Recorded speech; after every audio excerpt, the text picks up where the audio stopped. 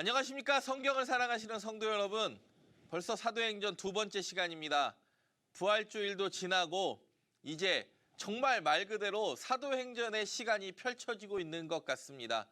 제자들과 40일을 함께 보내시며 그 이후에 승천하신 일을 기록하였던 사도행전의 시간으로 본격적으로 빠져보겠습니다.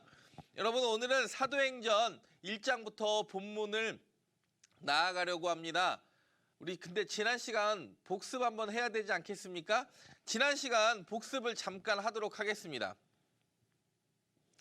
여러분, 이게 지중해의 세계, 특별히 이 빨간색이 로마, 지중해를 전역을 장악한 로마 시대에 성경은 쓰여지고 성경의 배경시대라고 할 수 있겠습니다. 지난 시간에 배웠던 것처럼 아그리빠 1세와 2세, 사도행전에 등장하죠. 12장에 등장하는 벌레 먹인 죽은 아그리빠 1세, 그리고 바울이 로마로 가기 전에 전도하려고 했던 아그리빠 2세, 그 이야기가 오늘 사도행전의 배경 되도록 하겠습니다.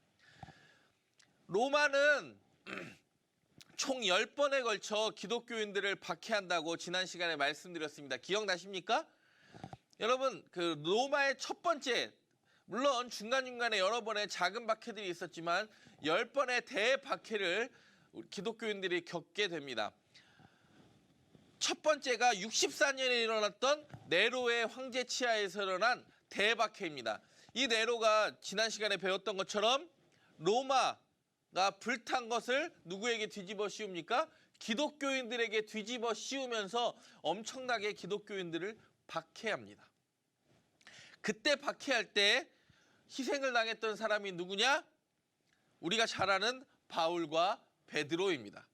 그리고 사도행전의 두 번째 박해는 누구냐? 두 번째 박해는 도미티안 황제 치하에서의 박해입니다. 황제신에게 절하지 않는다는 이유로 박해를 받게 되는데요. 그때 로마의 클레멘트, 특별히 사도 요한이 반모섬으로 유배가는 일이 두 번째 박해. 그러니까 사도행전은 언제 쓰여지느냐? 첫 번째 박해와 두 번째 박해 사이에 사도행전이 쓰여집니다.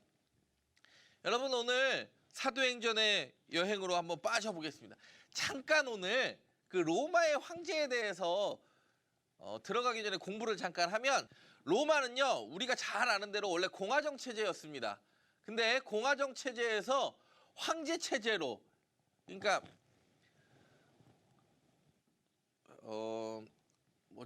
내각제 같은 거죠. 공화정은 내각제에서 대통령 체제로 로마의 체계가 넘어가는데, 그때 우리가 잘 아는 율리어스 시저, 그 다음에 아우구스투스 티베리우스, 갈리굴라, 클라우디우스 네로, 이 네로가 이제 첫 번째 박해를 일으킨 사람인데, 여러분 여기서 보시면 예수님 당시의 황제는 누구였냐?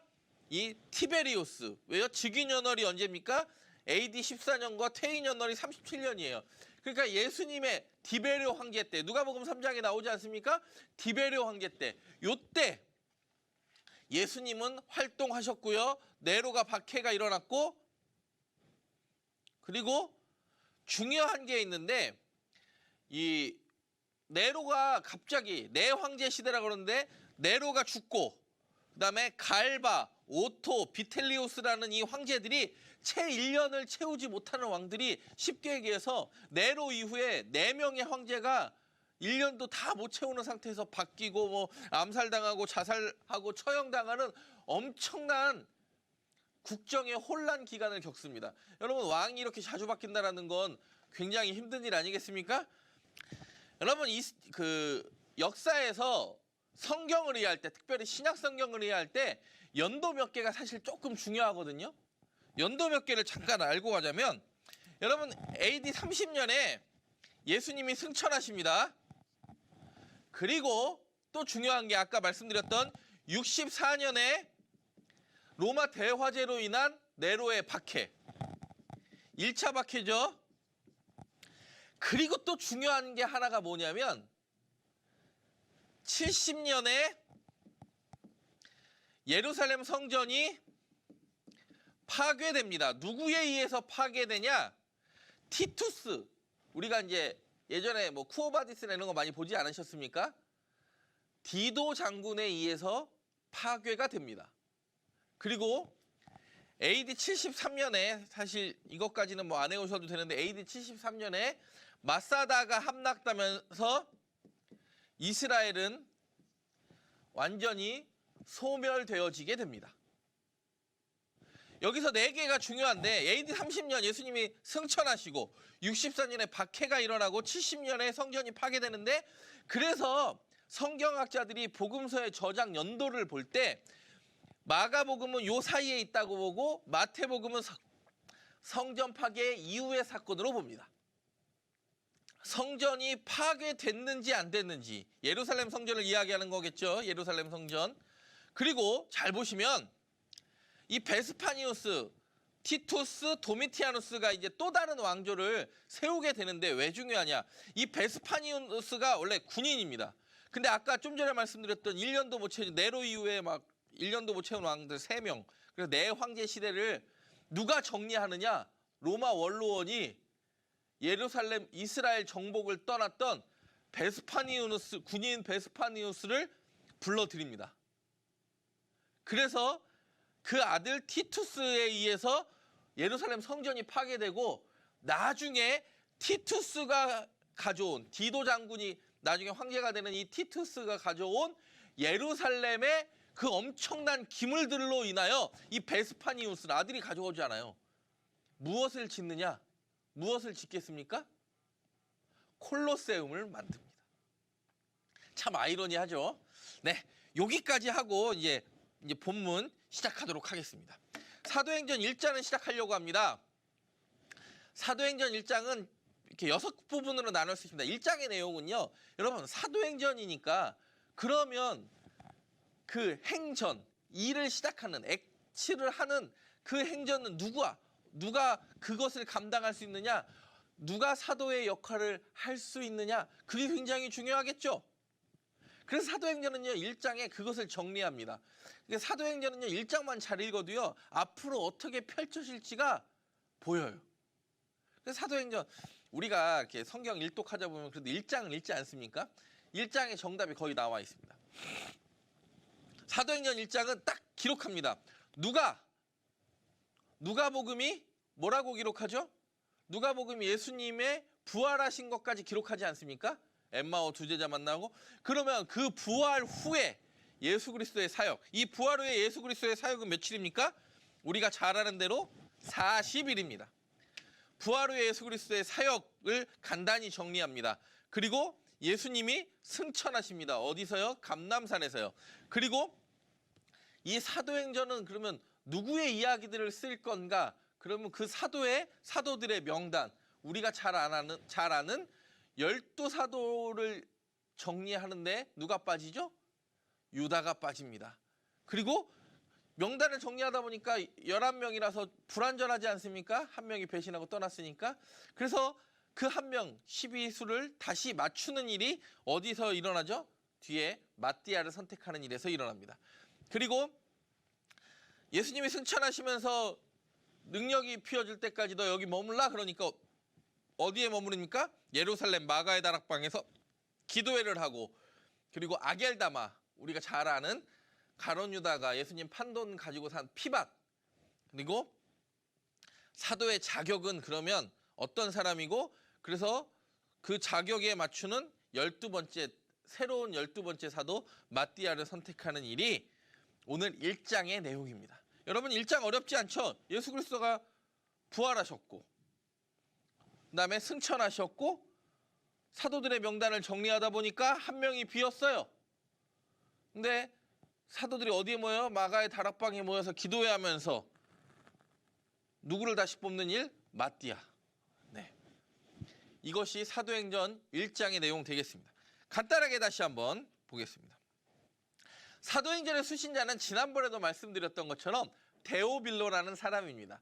데오빌로라는 사람은 사실 누군지 추측은 할 수 있지만 사실 명확하게 드러나는 사람은 없습니다. 왜냐하면 그때 당시에 이미 박해가 시작되었기 때문에 사도행전 당시에 이미 1차 박해가 사도행전이 AD 80년에 쓰여졌다고 하면 64년에 시작한 1차 박해가 이미 시작되지 않았습니까? 그러니까 수신자를 정확하게 적기보다는 아마 총독이나 각하라고 불려지는 것 같아서는 로마의 고위 관리들이나 로마인들에게 복음을 전하기 위한 목적으로 아마 누가복음은 사용된 것처럼 보입니다. 데오빌로, 이 헬라어, 그리스어로 테오스. 여러분 우리가 하나님을 어떻게 표현하죠? 이렇게 이제 하나님을 표현할 때 이게 헬라어로 데오스 아닙니까? 데오스를 뜻하는 하나님을 뜻하는 데오스와 사랑하는 친구라는 또는 친구라는 뜻이라는 필로스. 필레오 있잖아요. 필로스. 그래서 하나님이 사랑하는 자, 하나님의 친구라는 뜻이 데오빌로라는 거예요. 그러니까 실명은 아닌 것 같고 어느 특정한 인물에게 데오빌로는 뭐라고요? 하나님의 친구 아니면 하나님이 사랑하는 자 이렇게 그냥 불려지는 겁니다. 어렵지 않죠, 성경이. 어렵지 않을 줄 믿고. 여러분 우리가 지난 시간에 중요한 거 있죠? 사도행전은 사도들의 이야기를 기록했는데 누구를 사도에 굉장히 중요한 반열로 올려놓는다고요? 최고의 사도라고 불렸던 베드로와 똑같은 반열에 누구를 올려놓는다고 그랬죠? 바울을 올려놓는 이야기죠. 그래서 앞에 베드로 행전, 그 다음에 바울 행전이 뒷부분에 13장부터 기록되는데 베드로와 바울의 사역을 거의 동급으로 놓습니다. 베드로도 몇 번 설교해요? 5번 설교하고 바울도 몇 번 설교합니까? 5번 설교합니다. 우리가 잘 아는 이건 지난 시간에 했던 거고요. 그러면 사도행전 1장과 4장의 배경이 되는 여러분 예루살렘이라는 곳을 잘 알 필요가 있습니다. 예루살렘은 지금으로부터 3000년 전에 다윗이 수도로 삼은 곳이 예루살렘이죠. 맞습니까? 예루살렘은 어디 있냐? 이게 이스라엘 지도로 봤을 때 예루살렘은 여기에 있습니다. 그러면 예루살렘은 어떤 곳이냐? 우리가 예루살렘 하면 특별히 생각나는 게 뭐 있습니까? 가운데 이 황금 사원. 여러분 이 황금 몇 킬로인지 아시죠? 황금 순금이 600kg가 들어가는 이 황금 사원. 여러분 이스라엘 지도를 이해할 때 가장 중요하게 보여질 게 이 지도예요. 해안가 쪽은 평지고 그 다음에 우리가 잘 아는 브엘세바부터 사마리아 세겜에 이르는 요 산지를 유다 산지라고 그래요. 여기가 해발 600에서 약 900고지예요. 그러니까 평지와 산지 사이에 여기가 쉐펠라라는 곳이에요. 일명 우리나라로 표현하면 구릉지대. 그러니까 해안가에 살던 사람들은요 이쪽으로 넘어가려고 끊임없이 여기를 공격해요. 그러니까 유다 사람들은요 이 산지 브엘세바, 헤브론, 베들레헴, 예루살렘, 베델, 세겜, 사마리아 요 산지를 지키는 데 굉장히 노력을 하는 게 끊임없이. 그러니까 전쟁은 어디서 일어납니까? 대부분 블레셋과의 전쟁은 요 쉐펠라 중간 구릉지대에서 일어나요. 그리고 마이너스 400으로 푹 꺼지는 사회와 그 다음에 요르단 쪽에 보이는 높은 구릉지대가 이스라엘을 이루는 굉장히 중요한 지형입니다. 그러니까 예루살렘은 어디 있어요? 여기. 요 빨간색 보이십니까? 요 800이니까 물이 이렇게 해서 흘러서 지중해로 나가는 겁니다. 예루살렘은 해발 약 700에서 800고지가 예루살렘입니다. 예루살렘은 이렇게 생겼습니다. 원래 다윗이요 도시를 지을 때는요 이 모리아산 꼭대기를 템플 마운트라고 하는 이 모리아산 꼭대기를 가만 놔두고 산 비탈에다가 도시를 만들어요. 우리가 생각할 때는 산 꼭대기에 만들 것 같죠?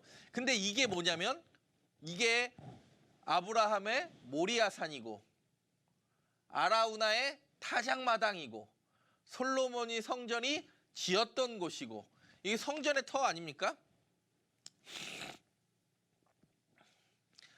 사진을 보면 이렇게 돼 있습니다. 그러니까 다윗 도시는 이 산 모리아산 정상에서 약간 비탈지게 돼 있어요. 그리고 이게 이쪽에 보이는 산이 무슨 산이냐면 감람산. 여기가 모리아산, 이쪽이 시온산이에요. 그래서 산과 산 사이에는 골짜기가 있죠. 우리가 성경에 많이 들어본 골짜기 뭐죠? 기드론 골짜기가 요 사이에 끼어 있고, 그리고 시온산과 저쪽 옆에 있는 산이 이쪽이 뭐라 그래요? 힌놈의 밸리, 힌놈 골짜기가 기드론 골짜기와 힌놈 골짜기 사이에 끼어 있는 게 다윗의 성전입니다. 그러니까 여러분 사진을 보면 이렇게 돼 있는 거예요. 모리아 산은 주변 산보다 높은 산이 아닙니다. 오히려 보면 주변의 산들에 의해서 감람산, 여기 멸망산, 스코푸스산, 지금 히브리되어 있는 산이죠. 현대의 시온산에 감싸져 있는, 이렇게 닭이 알을 품는 것 같이, 새가 알을 품는 것 같이 주변의 산들에 의해서 감싸져 있는 산이 모리아산이에요. 성전산이라고도 불리는. 이렇게 돼 있는 거겠죠? 좀 이해가 되시는지는 모르겠습니다. 그래서 반으로 딱 잘라보면, 이게 여러분 왜 이걸 우리가 배워야 되느냐? 사도행전 이해할 때 굉장히 중요합니다. 보면 딱 잘라보면 어디가 제일 높아요? 감람산, 올리브산이라고 불리는 818m죠. 그리고 헤롯이 건축한 성전, 그때 당시에 750m, 그리고 헤롯의 궁전 성체는 이 성전을 바라볼 수 있도록 성전보다 높은 현대의 시온산, 그래서 감람산과 성전산 사이에 흐르는 골짜기를 기드론 골짜기, 그 다음에 현대의 시온산 바깥쪽에 있는 골짜기를 벤힌놈, 벤은 아들이라는 뜻이죠. 흰놈의 아들 골짜기, 이렇게 되겠습니다. 이해가 되시나요? 뭐 이런 거는, 그러면 여기 잘 보세요. 지금 이제 성전을 이렇게 정면으로 봤을 때 여기가 감람산, 성전산, 시온산인데 이게 무슨 골짜기겠어요? 맞습니다. 기드론 골짜기. 감람산과 기드론 골짜기. 그러니까 기드론 골짜기가 넓은 거 아니에요? 그리고 이 성전을 정면으로 봤을 때 왼쪽에 있는 골짜기를 흰놈 골짜기. 그리고 요 기드론 골짜기와 흰놈 골짜기가 만나서 이렇게 조금 쭉 따라가다 보면 나오는 게 사해. 그리고 일로 가다 보면 성전에서 내려온, 여러분 혹시 성경을 읽다 보면 궁금하신 거 하나 있죠? 뭐 여러 가지가 궁금하시겠지만, 우리가 성경을 읽다 보면 대속죄일의 대제사장이 흰 옷을 입고 광야에 그 염소를 굴리러 가지 않습니까? 그게 아사셀이라는 곳에서 염소를 굴리게 되는데, 이 골짜기를 따라가 보면 아사셀이 있고요, 유대 광야를 만나게 되거든요. 여기에 뭐도 있냐면 아골 골짜기도 있고요, 그리고 이 끝에는 사해가 나옵니다. 여러분 이스라엘 지형이 그렇게 어려운 거 아닙니다. 잘 따라오시기 바랍니다. 여러분 집중하고 계시죠? 정신 번쩍 차려야 됩니다. 지금 일시정지 누를 때가 아니에요. 이게 예수님 당시의 예루살렘입니다. 여러분 우리가 마가의 다락방 그러는데, 실제로 지금 성전은요, 요 성전 모리아산, 지금 황금사원이 서 있는 요 성전을 중심으로 이렇게 돼 있지만, 옛날에는 다윗성을, 시티 오브 데이비드, 다윗성을 중심으로 아래쪽 성이 굉장히 발달해 있습니다. 그때 헤롯의 요새가 어디 있습니까? 여기 헤롯의 요새가 여기 있어요. 성전을 내려보는 산 높은 곳에 있고, 그리고 하부 도시가 있고 상부 도시가 있는데 원형 경기장도 있었고요. 그때 예루살렘에. 여기에 누가 사냐? 마가의 다락방이 여기에 있습니다. 그러면 뭐가 중요한 거예요? 마가는 부자예요, 부자예요? 마가는 엄청 부자입니다. 첫 번째 뭘로 알 수 있느냐? 다락방을요, 마가의 다락방, 2층 집이라고 볼 수 있는데, 마가의 다락방에 120명이 거주할 수 있을 정도의 넓은 집이 있었고, 또 두 번째로는 왜 부자예요? 집이 어디에 있어요? 예루살렘에 있을 뿐만 아니라 어디에 있어요? 성 안에 있습니다. 그래서 마가는 엄청나게 부자였을 거라고, 우리가 마가는 부자였을 거다. 집이 어디 있다고요? 예루살렘 성 밖이에요, 아니에요? 안에. 그리고 또 집의 다락방이 120명이 거주하고 기도회를 할 정도로 집이 컸다. 그러면 부자일까요, 부자일까요? 굉장히 부자였을 겁니다. 그래서 보시면 여러분 이게 이스라엘 지도인데요. 예루살렘 사진인데 위에서 찍은 사진이거든요. 마가의 다락방, 골고다, 성전 다 고만고만해요. 뛰면은요, 뭐 한 10분, 15분이면 갈 수 있을 정도로 뛰면. 그리고 딱 보면 여러분 예루살렘이랑 유대 광야가 멀 것처럼 보이는데 이게 지금 위에 있는 아무것도 없는 것 같은 바위산 같은 걸 또 보이세요? 이걸 예루살렘 옆에 감람산 바로 뒤부터가 뭔지 아십니까? 이게 바로 유대 광야입니다. 여러분 성경을 집중하시기 바랍니다. 이제 드디어 얼마나 재밌습니까? 성경이 재미없어요? 네, 재미있으시죠? 예수님 당시에 예루살렘은요 유대 광야가 가까이 있었죠. 그래서 감람산, 예루살렘 감람산 이쪽을 베다니와 벳바게, 그리고 감람산 고개를 넘으면 밑에 겟세마네, 그리고 겟세마네에서는 성전이 다 보여요. 겟세마네와 성전 사이에 있는 골짜기 무슨 골짜기? 계속 이야기합니다. 기드론 골짜기. 그래서 성경을 보면요 구약 성경은요 성전 가까이에 있는 기드론 골짜기를 굉장히 긍정적인 골짜기로 묘사하고 반대쪽에 있는 흰놈의 아들 골짜기는 더러운 것 갖다 버리는 죄의식이 성행한 굉장히 더러운 골짜기로 보이기 시작합니다. 마가의 다락방 아까 말씀드렸죠? 예루살렘 성 안에 있습니다. 헤롯의 궁전이 있고요. 네, 시작하도록 하겠습니다.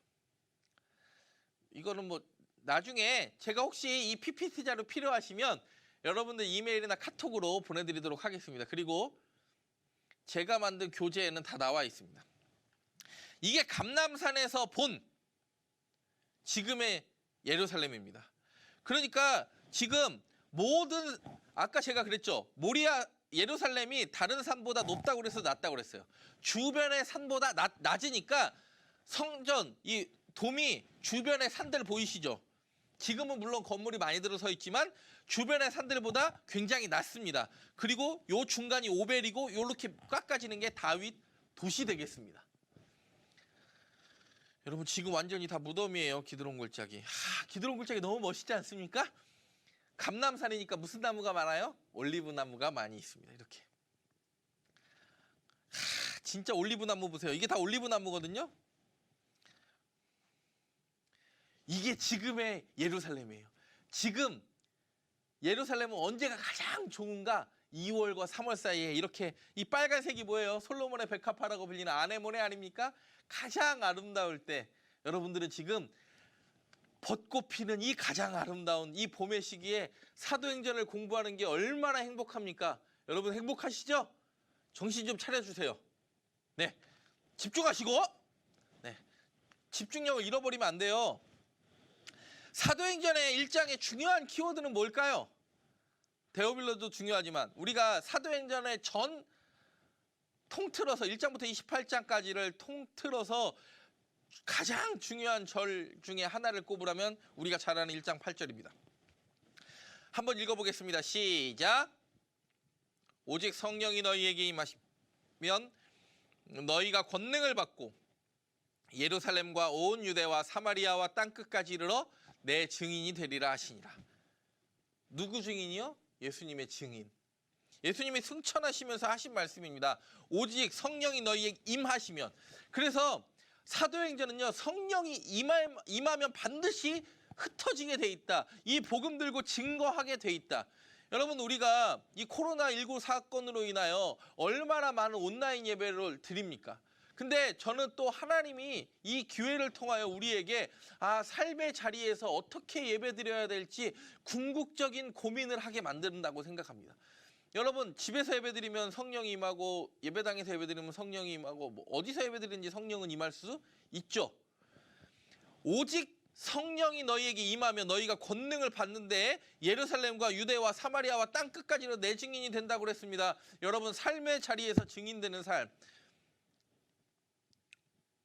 그래서 사도행전은요 예루살렘에서 시작된 이 1장에서 시작된 예루살렘과 온 유대와 사마리아, 예루살렘 바로 위쪽에 있죠. 사마리아와 땅끝, 그때의 땅끝이라고 했던 서바나, 지금의 로마를 넘은 스페인, 그러니까 사도 바울의 세계관은요, 이 로마의 모든 영역, 그리고 로마의 영지의 끝이라고 불렸던 스페인이 땅끝이라고 보는 거예요. 그래서 사도 바울도 이야기하지 않습니까? 내가 무엇도 보아야 하리라? 서바나도 보아야 하리라. 여러분, 그리고 사도행전에 참 재밌는 이야기가 나와요. 이제 부활 후 예수님이 이제 하시고 두 사람이 등장을 하는 건데, 여러분 1장 10절에 뭐라 그래요? 올라가실 때, 승천하실 때를 이야기하는 거겠죠? 제자들이 자세히 하늘을 쳐다보고 있는데 흰 옷 입은 두 사람이 그들 곁에 섰다라고 그래요. 근데 이 두 사람은요, 언제 먼저 등장을 했느냐? 처음에 여기서 등장을 했어요. 누가복음 24장 4절에 이로 인하여 근심할 때에 문득 찬란한 옷을 입은 두 사람. 이로 인하여 근심할 때가 언제죠? 빈 무덤을 보고 무덤을 찾아가 여인들이 근심할 때 찬란한 옷을 입은 두 사람. 그리고 사도행전도 예수님이 올라갈 때 누가 보입니까? 흰 옷 입은 두 사람. 그리고 또 두 사람이 또 등장하는데 사도행전 1장 뒷부분에 보면 마띠아 세울 때도 누굴 세우죠? 두 사람을 내세우니 하나는 바사바라 하는. 여러분, 누가는 왜 이렇게 지금 두 사람을 강조하는 걸까요? 맞습니다. 여러분이 생각하는 그거 맞습니다. 모든 증언은요, 유대인들도 그렇고 증언은 두세 사람의 증언으로 확증되어집니다. 예수님의 누가복음에 나왔던, 누가와 사도행전의 저자가 동일하지 않습니까? 누가복음에서 부활을 증언했던 사람도 두 사람, 승천을 증언할 수 있었던 두 사람. 무슨 얘기입니까? 부활과 승천, 그리고 예수님의 모든 사역은 우리가 부인할 수 없는 사실이었음을 여러분 우리가 확인할 수 있습니다. 그리고 사도행전 이렇게 읽다 보면 또 하나의 또 재밌는 일이 나옵니다. 사도행전 1장 12절에 보면 이런 얘기가 나와요. 이런 말이 나옵니다. 뭐라고 그럽니까? 이 산은 예루살렘에서 가까워 안식일에 가기 알맞은 길이라. 여러분, 성경을 읽다 보면 너무 지명이 나오면, 지명이나 뭐 시기나 이런 내용들이 나오면 그냥 성령 받았다, 성령 받으니까 무엇을 했다, 이런 것이 여러분 굉장히 중요하게 느껴지고 그럴 수 있는데, 여러분 잘 보세요. 이 모든 것들이 이렇게 살아 움직이는 것 같은 느낌을 줄 때가 있거든요.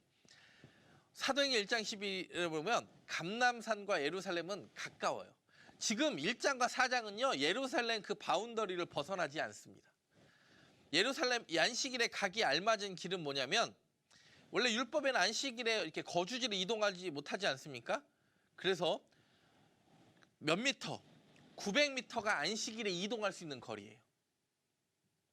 쉽게 얘기해서 만약에 900m가 안식일에 이동할 수 있는 거리면 갔다가 와야 되잖아요. 그러면 감람산과 예루살렘 성전 사이의 거리는 450m가 넘을까요? 안 넘을까요? 네, 맞습니다. 안 넘어요. 여러분, 우리가 마태복음에서 보면 산상수훈에서 보면 오리를 가라고 하는 자에게 어디까지 가라고 그래요? 심리까지도 동행하라고 하지 않습니까? 근데 만약에요, 안식일이면 심리를 가면 돌아와요? 못 돌아와요? 못 돌아와요. 이웃을 어떻게 사랑해야 하는지 잘 보여주는 거예요. 안식일에 가기 알맞은 길. 여러분, 감람산, 예루살렘 성전, 뭐 아겔다마, 이거 다 아주 가까운 곳에 위치하고 있습니다. 멀지 않아요. 그리고 여러분의 지식에서도 멀지 않는 장소 되기를 바랍니다. 여러분, 성경을 입체적으로 이해할 때 이게 장소가 또 중요한데, 마운틴 올리브, 감람산이죠. 그리고 기드론 골짜기, 이게 중앙 골짜기인데, 이 중앙 골짜기는요, 지금 이미 이게 다 건물로 메워져서 이거 골짜기 없습니다, 거의. 그리고 흰놈 골짜기, 그리고 이게 시온산, 성전산, 감람산 이렇게 됩니다. 여기에요. 이게 감람산이죠. 감람산, 이게 감람산 꼭대기예요. 전망대. 그리고 이게 보이시죠? 황금사원. 그리고 이게 뭐냐? 이게 뭐냐? 그러니까 쉽게 얘기해서 성전과 감람산은 너무 가까워요. 그리고 여기가 뭐냐? 일본이 뭘까요? 이게 성경에 나오는 아겔다마. 사도행전 1장 19절에 등장하죠. 이 일이 예루살렘에 사는 모든 사람에게. 여러분, 아겔다마가 예루살렘이랑 엄청 가깝죠. 바로 앞이에요. 그러니까 예루살렘에 있는 모든 사람에게 알리어져 그들의 말로는 그 밭을 뭐라고 그래요? 아겔다마라 하니 이는 피밭이다. 여러분, 성경의 지명이 어려운 것 아닙니다. 시기도 어려운 것 아닙니다. 여러분 기억하시기 바랍니다. 여러분 이렇게 얘네들은요 참 재밌어요. 우리는 이렇게 평지에 집을 짓는 걸 좋아하잖아요. 얘네들은 이렇게 골짜기와 골짜기에 이렇게 집을 많이 짓고 삽니다. 이게 마가의 다락방입니다. 마가의 다락방. 마가의 다락방 넓어요, 넓어요, 넓어요. 마가의 다락방이 이게 오스만 터키 때 뭘로도 쓰여지는지 아십니까? 물론 이제 이게 이 아치는 십자군 원정 때 다시 중건된 모습이고, 이게 이제 바닥은 그 바닥의 크기는 마가의 다락방 그대로의 크기인데, 이 시클로 보이십니까? 시클로? 시클로, 메카의 방향을 나타내는 시클로가 있다는 뜻이 뭡니까? 여기가 모스크로도 사용되어졌다. 마가의 다락방. 여러분 이게 이제 올리브산, 멸망산 들어보셨죠? 성경에 멸망산은 올리브산 앞쪽에 있는 산을 멸망산이라고 그래요. 그리고 성전산 시온산인데, 마가의 다락방이 어디 있습니까? 어퍼룸 보이십니까? 어퍼룸. 이게 마가의 다락방이고, 하이프리스트 가야바의 집, 대제사장 가야바의 집. 여러분 마가가 어느 정도의 재력을 보유했는지 느낌이 오십니까? 자기 집 옆이 누구네 집이에요? 대제사장 집이고, 헤롯의 궁전에서 멀지 않고. 근데 그 마가가 여러분 복음으로 충만해지니까 어디 가서 죽죠? 맞습니다. 이집트의 알렉산드리아에 가서 죽지 않습니까? 여러분 복음의 능력 다시 날마다 회복하여지기를 간절히 바랍니다. 여러분 사도행전 1장, 제가 예루살렘을 하느라 조금 좀 늦어진 것 같은데, 여러분 느낌이 이해가 되십니까? 예수님이 승천하셨던 곳, 그리고 그 감람산 꼭대기, 감람산 꼭대기에서 예수님이 승천하시는데, 감람산, 예루살렘, 아겔다마, 마가의 다락방 다 어디에 있습니까? 성전을 중심으로 그리 멀지 않은 곳에, 뛰어가면 한 10분 15분이면 갈 수 있는 겟세마네 뭐 다 마찬가지입니다. 여러분 공간적 감각이 조금 눈에 들어오셨습니까? 이제 2장을 시작해 보고자 합니다. 여러분 이제 2장은 드디어 우리가 잘 아는 대로 성령을 받았습니다. 성령을 받고 기적적인 일들이 일어나는 것이 2장의 이야기입니다. 2장을 간단하게 설명해 드리면 이렇게 되어 있습니다. 사도행전 2장 1장부터 4절까지 오순절 성령 강림, 우리가 잘 아는 거죠. 5절부터 13절은 여러분 경건한 유대인들이 왜 이렇게 각지에서 와서 기독교인들을 조롱하게 되는 걸까요? 지금의 때가 언제입니까? 오순절이기 때문입니다. 이스라엘 3대 명절에는 반드시 예루살렘 성전에 와서 무엇을 하게 돼 있죠? 맞습니다. 예배하게 돼 있습니다. 3대, 보통 안식일에는 어디서 예배를 드립니까? 자기 거리 반경에 있는 안식일에 가기. 여러분 아까도 제가 지난 시간에도 말씀드렸지만, 안식일에 몇 미터 이상을 갈 수 없어요? 900m 이상을 갈 수 없어요. 이거는 절기도 마찬가지입니다. 900m 이상을 갈 수 없어요. 그러니까 쉽게 해서 성전과 감람산은 450m 이상 떨어지지 않았다. 왜요? 왕복을 해야 되니까. 그래서 뭐 회당 있죠, 회당. 회당은 유대인 남자 3명 이상만 있어도 회당을, 10명이죠, 죄송합니다. 유대인 남자 10명이 모이면, 20세 남자 10명이 모이면 회당을 만들게 되는데, 이 회당은요 마을에서 450m 반경을 넘으면 돼요, 안 돼요? 안 돼요. 그러면 450m 반경을 넘으면 안식일이어도 갔다가 올 수 있어요, 없어요? 못 오죠. 맞습니다. 그러니까 회당을 중심으로 마을이 이렇게 450m를 끼고 이렇게 발전을 하겠죠. 여러분 이해되십니까? 네. 제가 온라인 성경 공부는 집중력이 현저하게 떨어지는 걸 잘 알고 있습니다. 여러분 지금 이 3강까지 만약에 듣고 계시다면 이미 기적은 다른 데 있는 게 아니에요. 여러분 이미 기적을 쓰고 있는 거예요. 할렐루야. 네. 저도 이렇게 3강까지 찍을 줄 몰랐습니다. 와, 대단합니다. 6월 오순절이니까 오는 거죠. 그리고 오순절에 베드로가 드디어 설교를 합니다. 여러분 제가 서두에도 말씀드렸죠. 베드로와 바울과 얘의 역할을 사도행전은 동등하게 본다고 그랬죠. 그래서 설교의 횟수도 같다고 다르다고요. 같습니다. 베드로도 사도행전에 몇 번 설교해요? 5번 설교해요. 바울도 사도행전에서 설교 몇 번이 등장합니까? 5번이 등장해요. 첫 번째 드디어 설교가 등장하는 겁니다. 여러분 5번의 설교 물론 다 중요합니다. 그 중에서 제일 유명한 설교가 뭘까요? 맞습니다. 예수님의 죽으심과 부활하심과 성령의 능력으로 말미암아 변화된 세례가 나타난다는 그 이야기를 하는 것. 예수 그리스도는 부인할 수 없는 우리의 주인이다. 그것을 설명하는 것 바로 맞습니다. 오순절 설교입니다. 읽어보시면 아시겠죠? 여러분 혹시 제 강의만 듣고 성경을 안 읽어보시는 건 아니죠? 말 그대로 성경 공부입니다. 함께 읽어가기를 바랍니다.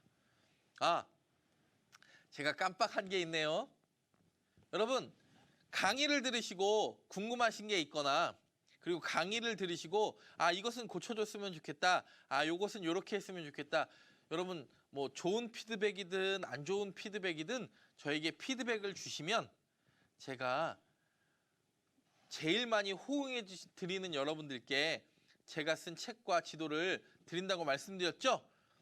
오늘까지입니다. 지금 보내주세요. 제 번호 혹시 아시나요?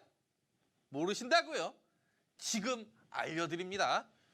010-3286-0691 010-3286-0691 0691 여러분 목사는 뭐 해야 돼요? 0691 해야겠죠? 010-3286-0691으로 지금 문자나 카톡 보내주시기 바랍니다. 베드로 설교 있습니다. 그리고 설교하니까 사람들이 마음이 뜨거워져요. 야, 여러분 진짜 목사가요. 저도 목사하지 않습니까? 제일 기분 좋을 때가 뭐예요? 설교했을 때 막 사람들이 마음이 뜨거워지고.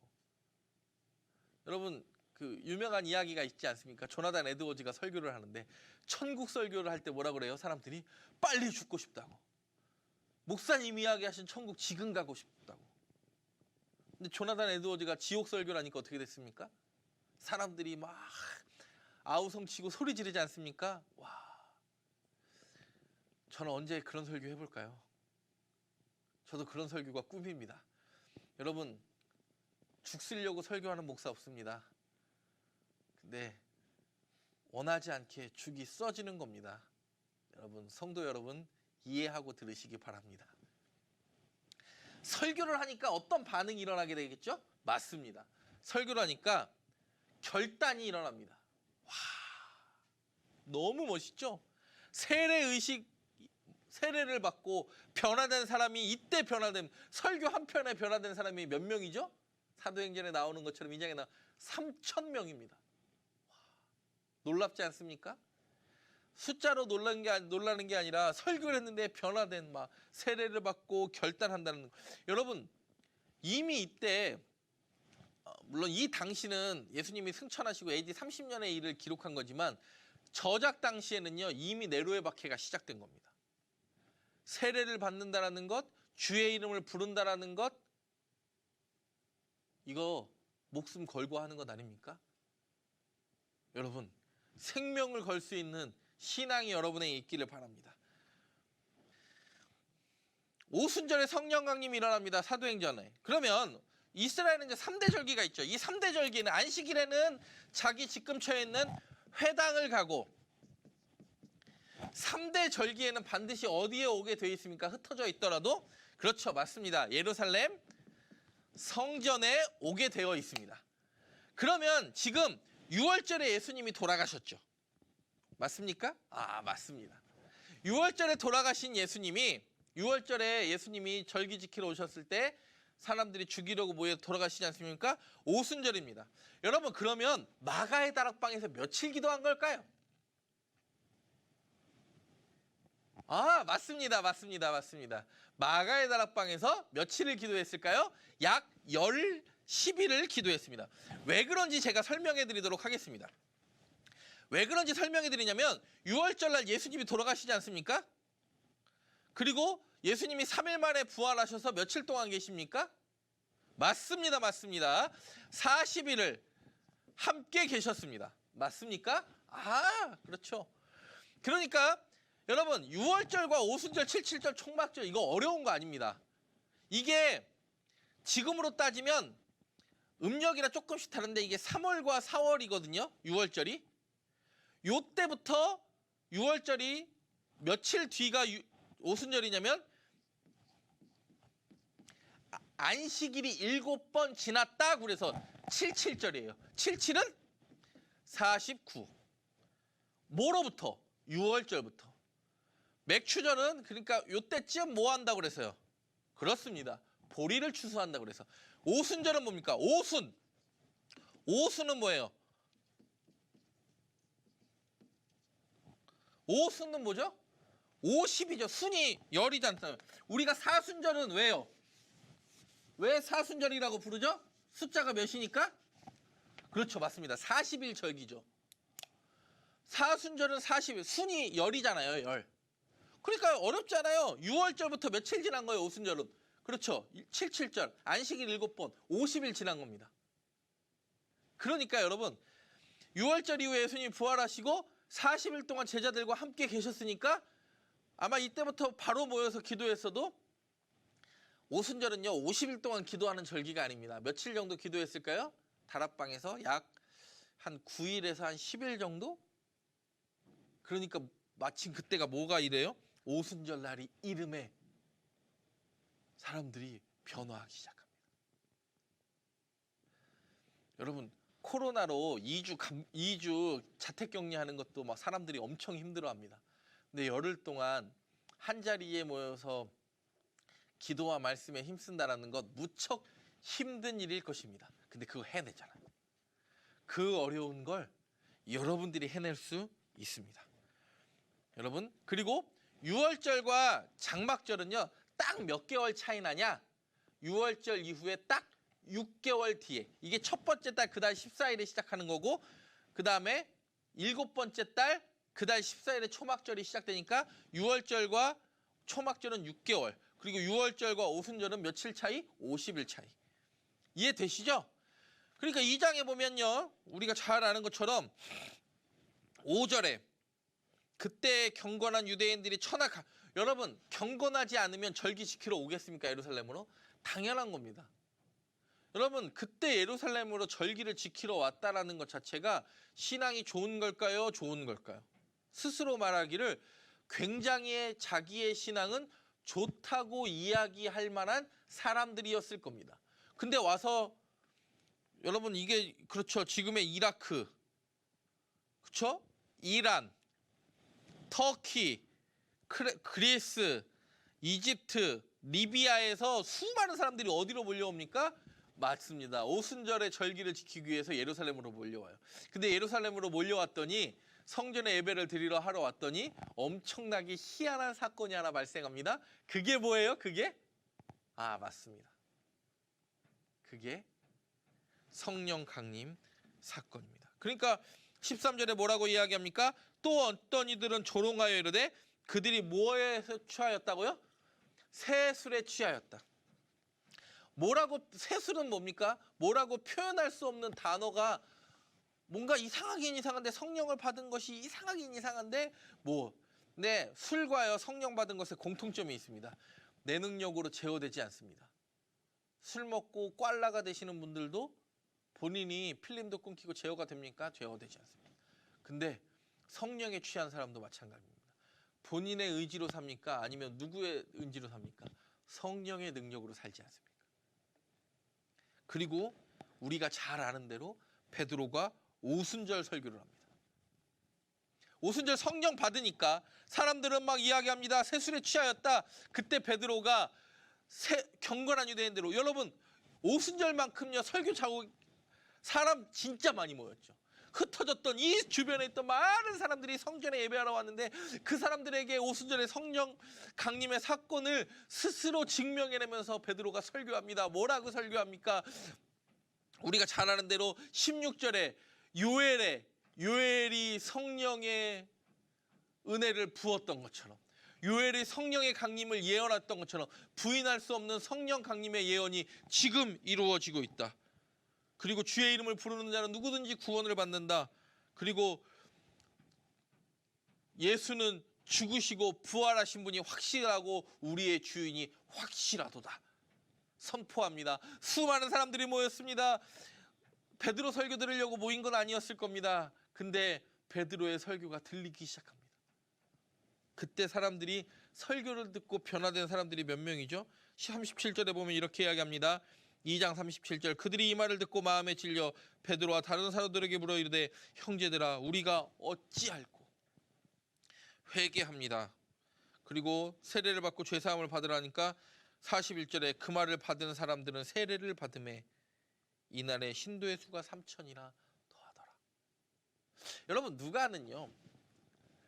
누가복음도 마찬가지고 사도행전도 마찬가지잖아요. 둘 중에 하나를 결단하기. 근데 여러분 3,000명만 몰려왔겠습니까? 보통 이때 당시에 예루살렘 평시 인구가 2에서 3만인데 절기 때 예루살렘 인구가 20에서 30만까지 늘어난다고 그래요. 근데 3,000명만 들었겠습니까? 그렇지 않을 겁니다.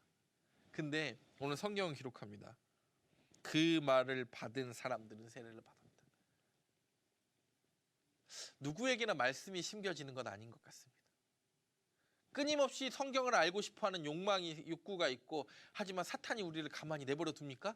끊임없이 사탄은 우리에게 졸음을 주고 지금도 막 카톡이 오고 카톡 답장 안 하고 네이버 검색을 해야 될 것 같은 엄청난 유혹에 우리는 시달리지 않습니까? 여러분 온라인 예배가 왜 집중하기가 어렵습니까? 온라인 성경 공부 왜 집중하기가 어렵습니까? 다른 것들이 많이 있기 때문에. 여러분 이 온라인 성경 공부를 통하여 하나님의 말씀이 여러분 가운데 심겨지기를 바랍니다. 수많은 사람 가운데 그 말씀을 받은 사람은 몇 명이라고요? 3,000명. 근데요, 그 3,000명 교회의 모습이 어떻습니까? 42절에 보면 그들이 사도의 가르침을 받아 서로 교제하고 떡을 떼며 오로지 뭐하기를 힘쓰니라? 기도하기를 힘쓰니라. 그리고 서로의 물건들을 통용하고 누구만을 찬미합니까? 47절에 하나님을 찬미하며 또 온 백성에게 칭송을 받으니 주께서 구원받은 사람을 날마다 더하게 하시니라. 여러분 2장의 내용이 이해가 되십니까? 오순절 성령 강림 사건이 일어났습니다. 그렇죠? 성령 강림 사건이 일어나니까 오순절날 모였던 경건한 유대인들이 비방하기 시작합니다. 세술에 취하였다고. 그랬더니 자기가 받은 성령을 베드로가 증언하는 게 베드로의 첫 번째 설교였던 오순절 설교입니다. 오순절 설교 받고 말씀을 받은 사람이 몇 명이나 됩니까? 3,000명이나 됩니다. 회개하니까 변화가 일어납니다. 여러분 회개는요 반드시 변화된 행동을 수반합니다. 오로지 기도에 힘쓰고 서로 교제하며 하나님을 찬미하며 서로의 물건을 나누어 주기에 조금도 부끄러움이 없는 아름다운 초기 교회 공동체의 모습을 갖게 됩니다. 여러분 이게 2장입니다. 3장을 바로 넘어가겠습니다. 3장은 아주 쉽습니다. 여러분 지금 느낌 쫙 이해가 되시지 않습니까? 1장은요. 부활 후에 예수님의 사역과 승천하셨고 승천하시니까 뭐예요? 사도 명단을 다시 조사해 봅니다. 근데 몇 명이에요? 11명이에요. 불완전하죠? 불완전하니까 뭐합니까? 사도를 세워야 되는데 그럼 그 사도는 어떤 사람으로 세워야 하는가? 그리고 사도 세우기 전에 뭐예요? 항상 다락방에 모여서 기도하고 사도는 어떤 사람이어야 되느냐 고민하고 세웁니다. 여러분 내일이 선거일입니다. 이 방송이 몇 월 며칠 날 올라가는 건지 아십니까? 4월 14일에 올라갑니다. 내일이 선거일입니다. 여러분 혹시 투표하지 않으셨으면 투표하셔야 됩니다. 제가 어떤 당을 찍으라고 말씀드리지 않습니다. 저는 목사니까 정치적 중립을 지켜야 된다고 생각을 합니다. 그렇지만 여러분들 기도하고 반드시 유대 공동체가 12명의 불완전함을 마띠아를 뽑아서 세웠던 것처럼 이 나라가 안정되기 위해서는 여러분들이 뽑는, 기도하고 뽑는 그 국회의원들이 이 나라를 온전히 세워져 가기를 바랍니다. 여러분 각자의 자리에서 꼭 투표하시고 뭐하고 투표해야 돼요? 기도하고 하나님이 원하시는 사람이 되게 하옵소서. 기도하고 꼭 투표하시기 바랍니다. 성령 받으니까 뭐 했어요? 기도해야 하니까 뭐 했어요? 마띠아 뽑았잖아요. 네. 3장 보겠습니다. 못 걷게 된 우리가 은과 금 나 없어도 내게 있는 건 내게 주니 곧 나사렛 예수 이름으로. 그거는 베드로 사도행전 3장이죠. 은과 금 나 없어 성전 미문에 앉은 안진뱅이 고친 거. 그다음에 백성이 그러니까 여러분 이게 자꾸 이렇게 뭐 솔로몬 행각에 모였다, 뭐 가겔다마다. 여러분 이 솔로몬 행각은 예루살렘 성전. 여러분 이게 장소가 이동이 되지 않습니다. 미문에서 안진뱅이를 일으키니까 미문에서 돌아키면 베드로 솔로몬 행각이 쫙 있습니다. 거기에서 사람들이 설교하는데 그 솔로몬의 행각에서 한 설교가 베드로 두 번째 설교. 여러분 느낌 이해가 되십니까? 베드로는 언제 설교할까요? 사람들이 가장 궁금해할 때. 오순절에 사람들이 모이니까 그 경건한 유대인들을 상대로 뭐라고 이야기합니까? 우리가 받은 이 성령은 요엘이 약속한 성령이다. 하나님이 약속하신 거다. 구약에서부터 약속하신 하나님의 영이다. 설명하고. 솔로몬의 행각성경도 마찬가지입니다. 안준뱅이 일으키니까 이 안준뱅이를 일으킬 권능이 어디서부터 나오는가를 베드로가 설명하고 다시 믿게 하는 게 솔로몬 행각설교입니다. 여러분 어렵지 않으시죠? 성경 쉽습니다. 여러분 집중 하시기 바랍니다. 그러면 제가 잠깐 또 설명을 하도록 하겠습니다. 요게 이제 이스라엘 시간인데 요거는 나중에 한번 성경 공부 시간에 설명을 한번 하기로 하고요. 예수님 시대의 유대인의 하루는요. 제3시가 뭐예요? 오전, 지금으로 따지면 오전 9시예요. 제9시는요. 오후 3시예요. 쉽게 얘기해서 성경에 나오는 시간에 플러스 6을 하면 지금 우리의 시간과 같습니다. 여러분 아침 소재와 저녁 소재 드린다고 하죠. 그래서 예수님의 십자가의 사건을 3시에 못 박히시고 6시, 9시로 이렇게 나누는 거 왜 그런지 아십니까? 예수님은 완벽한 제물이 되셨기 때문에. 오전 제3시에는 보통 뭐 합니까? 아침 소재 드리고 하루 일과가 마치는 15시, 오후 3시에는요. 9시죠. 9시는 저녁 소재를 드립니다. 하루에 2번의 예배가 있었죠. 옛날에는. 그러니까 지금은 몇 시라고 그래요? 3장 1절에 보면 제9시 기도 시간에, 그러니까 제9시 기도 시간은 뭐예요? 하루를 마치는 기도 시간입니다. 성전이 가까이 있는 예루살렘 사람들은 성전으로 올라가고 회당에 있는 사람들은, 회당이 주변에 있는 사람들은 회당으로 기도하러 올라가겠죠. 저 어렸을 때만 해도 여러분 기억나십니까? 제가 어렸을 때만 해도 뭐 제가 나이가 많지 않지만 제가 어렸을 때만 해도 그런 게 있었어요.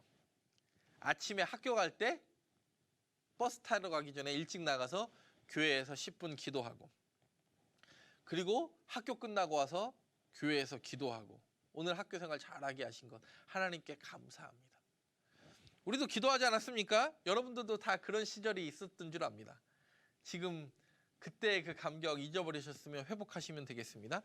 9시는요 오후 3시, 예수님이 십자가에 못 박히신 시간이자 원래 유대인 예법에 의해서 저녁 소재가 드려지는 원래 있었던 예배의 시간에 성전 미문에 앉아 있었다고 합니다. 성전 미문은 어디냐면 여러분 이게 예수님 당시의 성전이에요. 솔로몬 당시의 스룹바벨 성전보다 약 몇 배가 크냐? 3배가 큽니다. 여러분 이 위가 몇 평인지 아십니까?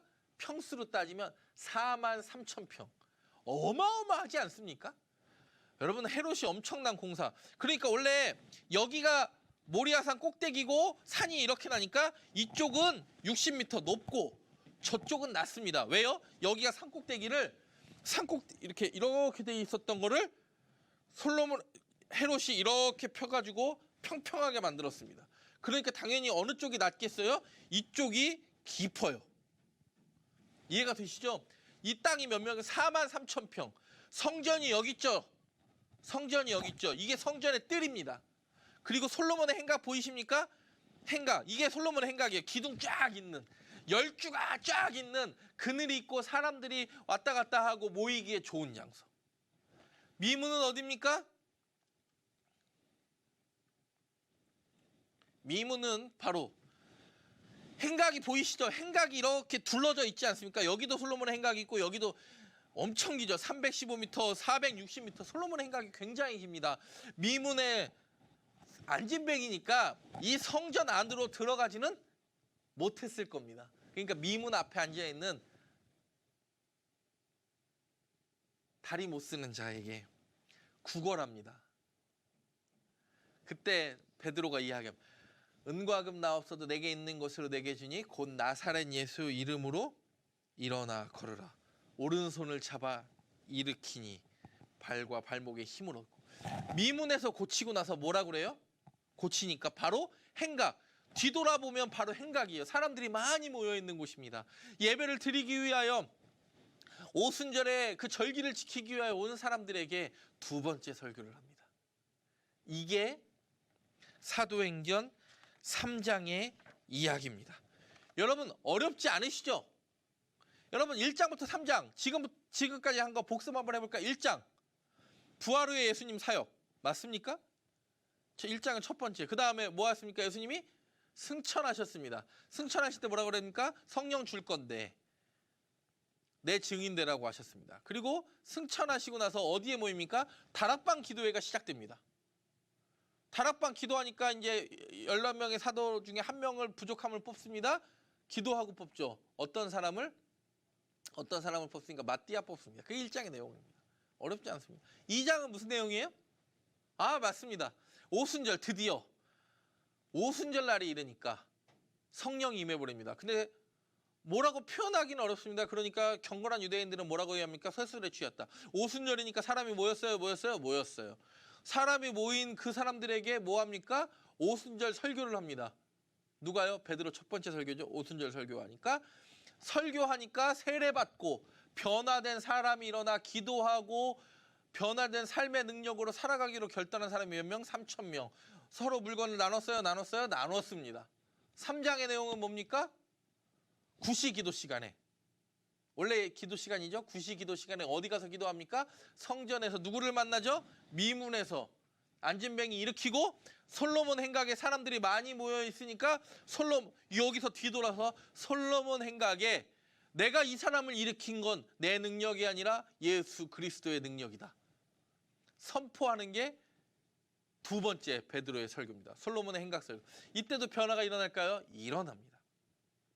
우리가 잘 아는 대로 5,000명이 또 결단을 합니다.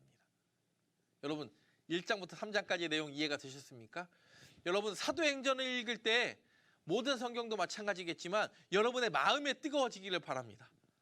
나의 말씀으로 받아 제 말씀이 아니라 나의 말씀으로 받아 좀 가슴이 뜨거워지는 일이 일어나 성경이 지금 내 삶에 무엇을 이야기하고 있는지 여러분 분명히 깨닫게 되기를 간절히 바랍니다. 감사합니다.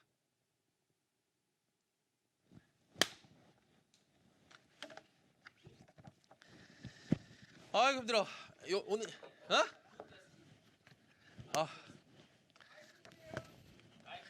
야.